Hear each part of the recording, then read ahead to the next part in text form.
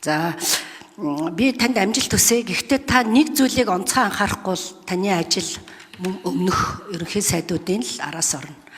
За энэ юу вэ гэхэлэр танаа нам бол ерөөсөө энэ албан тушаалын хинэ эрх мэдлийн шунлаар хэлхэлцсэн хүмүүсийн цуглуулга болсон байна.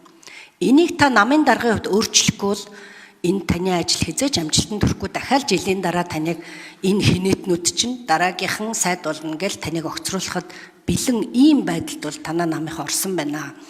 За хамгийн ойрын жишээ бол анх одоо 2024 оны сонгуулиар арчилсан намыг одоо засагт урихтаа юу гэсэн бэ гэхээр одоо энэ үндсэн хуулийн өөрчлөлтөөр байгуулагдсан энэ бүх одоо улсын хурал засгийн газар бид нар үр дүнд хүрэхийн тулд одоо хамтарч ажиллаач гэж урилга ирүүлсэн. За энэ урилгыг бид бас хүлээж авахтаа за үнэхээр улс орны хөгжлийг бодцгоё гэд ингээд бид бас сайн ажилласан. За танаа гишүүд юу гэж ярьж байгаа вэ гэхээр арчилсан намынхан сайн ажилласан үнэ. Гэхдээ манайд ч одоо сайд болох маш олон хүсэлтэй хүмүүс байна штэ гэж. Тэгэхээр танаа намын энэ удаа дараагийн хагарал бол улсын хөгжлийг чөдөр мэд тушиж байна гэдгийг та нэг сайн ойлгочихоорой. Тэрнээс шин эдийн засаг янз бүрийн одоо нөхцөл байдал мөнгө төгрөггүүдээ биш. Тийм учраас энэ өмнөх хоёр засгийн газрыг ардчилсан нам биш ардын намын албан тушаалын донтой хүмүүс одоо огцруулсан шүү гэдгийг та үргэлж одоо санаж авах хэрэгтэй. За хоёрдугаарт ардчилсан намаас болоод улсын хурал гацчихлаа гэд одоо ярьсан. Гэтэл зандан шитэр даргаыг огцруулах болохоор бүгдээрээ орж ирээд конопо дараад огцруулчихж байгаа байхгүй. Эн чинь бол зүгээр улс орны эрх ашгаа бодсон биш, намын эрх ашгаа бодсон биш, зүгээр л ерөөсөө нөгөө албан тушаалыг хийнэ. Энэ засгийг огцруулж дараагийн сайд нар гарыг гэсэн. Би 2012-оос 16 онд санаж байна. Монгол Ардын намынхан ирчээд карта хийдгүй байсан. Эхлээд та нар олон хэрэгцээ бүрдүүлчихээ. Тэгээ бид нар эрс хүрэхээр карта хийя гэдэг байсан. За ингээд чуулганы хаалгыг таглаад дивантай, буудантай одоо эсэргүүцэлгээд ингээд хуралдуулдгүй ийм юм зөндөөл байсан. Тэгэхээр энэ удаагийн юу бол энэ танаа намын одоо огцруулсан шүү гэдгийг та бас үргэлж санаж явах хэрэгтэй. За нэг чухал асуудал юу вэ гэхээр хагаралдах үедээ нэгнийгээ бүр хулгайч худалчаар нь дуудаад бүр ёстой энд байхын суухын аргагүй болгох юм а. Гэтэл одоо та нар бас ингээд цаашаа нэгдээд янз бүрийн юм халахлах гэж байгаа сураг байна. За одоо би танаас намын даргын хувьд та энэ мөрийн хөтөлбөрөө ер нь үзсэн үү? Хэдэн хувийн биелэлттэй байна? Энийг одоо өнгөрсөн энэ 2 жилийн хугацаанд бид нар биелүүлж амжих уу? Танаа нам гэдгийг асуумаар байна. За дээрэс нь энэ эрүүл мэндийн салбартаа та Монгол Ардын намынхаа сайдыг тавих ёстой. Ягаад тэгэхээр үеийн үед ингээд янз янзын сайд нар ч энэ салбарыг ч одоо самар дуусч штэ. За дээрэс нь эрчим хүчний сайдаа Монгол Ардын нам өөрсдөө авах ёстой. Ингэжээш та нар хариуцлага хүлээнэ. Тэрнээс зүгээр тэр нам энэ нам гэд ингээд чихээд явах юм бол болохгүй гэдэг би танд зөвлөе. Ягаад тэгэхээр энэ хоёр бол одоо өнөөдөр хамгийн чухал салбарын нэг болчиход байгаа. Тэгээ ер нь бол энэ дэлхийн олон улсын байдал бол энэ хөрш орнуудтайгаа зүйтэй харьцахгүй бол нэг өдөр энэ ганцаараа хөгжөөд ганцаараа бие дагаа шийдвэр гаргадаг юмнууд ч олон улсад явхаа болчлоо. Тийм учраас энэ хөрш орнуудтайгаа бүс дамсан энэ хөгжил одоо орнуудтай.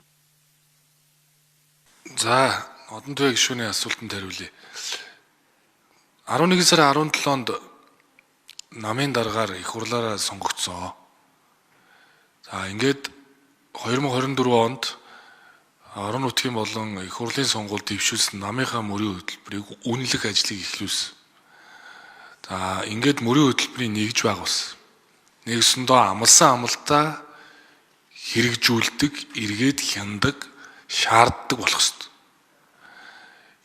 24 онд хамтарсан засаг байгуулагдахад тухайн үед би энэ хамтарсан засгийн газрын үйл ажиллагааны хөтөлбөрийг ахлаад арчилсан намын мөрийн хөтөлбөрийн 2 бараг бүтэн бүлгийг өнөөдрийн энэ их хурал баталсан байгаа 4 жилийн үйл ажиллагааны хөтөлбөр тусгасан. Засгийн газрын өнөөдрийн үйл ажиллагааны хөтөлбөр бол 33% гүйцэтгэлтэй гэдэг ийм дуун гарсан юм байна. Ер нь бол хэрэгжилтийн явц нь бол 55% үрдсэн ийм одоо гүйцэтгэлтэй байгаа юм л. Энийг бол зөвхөн засгийн газар өөрөө гүйцэтгэлийн үнэлгээгээ хийсэн. Манай намын мөрийн хөтөлбөр дээр бол би түрүүн байнгын орооны хурал дээр бол бас хийсэн. Намын мөрийн хөтөлбөрийн үнэлгээгээр 29% гэж дүгнсэн юм лээ. Энэ өөр одоо дүгнэлтүүд нэгсэндээ засгийн газрын хөтөлбөр бол хамтарсан засгийг бүрдүүлж ирсэн намуудыг нэгдсэн хөтөлбөр. Тухайн үед би ахлаад ган төмөр сайд, эдийн засгийн сайд багт бид нар оролцоод хийжсэн. Тэгэхээр энэ бол аль нэгэн нам эвслийн биш, энэ бол хамтарсан засгийн газрын үед боловсруулагдсан буюу бараг 70% нь уялж исэн байхгүй. Тэгэхээр бидний зовлон ижлэг. Арс нам байна уу, ардын нам байна уу, бидний зовлон ижлэг. Тэгэхээр мэдээж энэ зовлон ижлэх учраас тэр зовлон шийдэх гэж, асуудлыг шийдэх гэж бид нар явж байгаа байхгүй. Тэгэхээр манай зүгээр ирэх барьж байгаа намын хувьд бол асуудал тулгардаг, унаад босдог, алддаг, ондог гэхдээ сорилт бэрхшээлийг дандаа туулж ирсэн юм л нам. Тэгэхээр би энэ ирэх барьж байгаа намын хувьд би намыг амьд организм гэж бодож байгаа. Амьд организм бол нөгөө өвчнөө ангаагаад ингээ явдагтай адилхан. Тэгэхээр 11 сарын 17-нд намын дараагаар Учрал гэдэг хүн сонгогдсон. Тэр цагаас хойш бол миний он цаг хугацаа эхэлсэн. Тэгэхээр энэ цаг хугацаанд би бол эзэн байна. Тийм учраас энэ цаг хугацаан дээр хин нэгэн намын нэр хүндийг гутаах, улс орны эрх ашигыг хойноо тавих, сандал суудал ярьж явж байгаадаа би эвлэрэхгүй. Тийм учраас таны яг хэлж байгаа энэ авилгатай тэмцэх, энэ ёс зүй сахилгын хариуцлагыг тэргүй ээлжинд тавих бодлогоо бол намын даргын хувьч тэр гүйцэтгэх засаглалын тэргүүний хувьч тэр бол цаашид зарчмаа болгож ажиллана. Тэгэхээр энэ зарчмаа бол урдаа тавина гэдгийг би бас танд хэлье.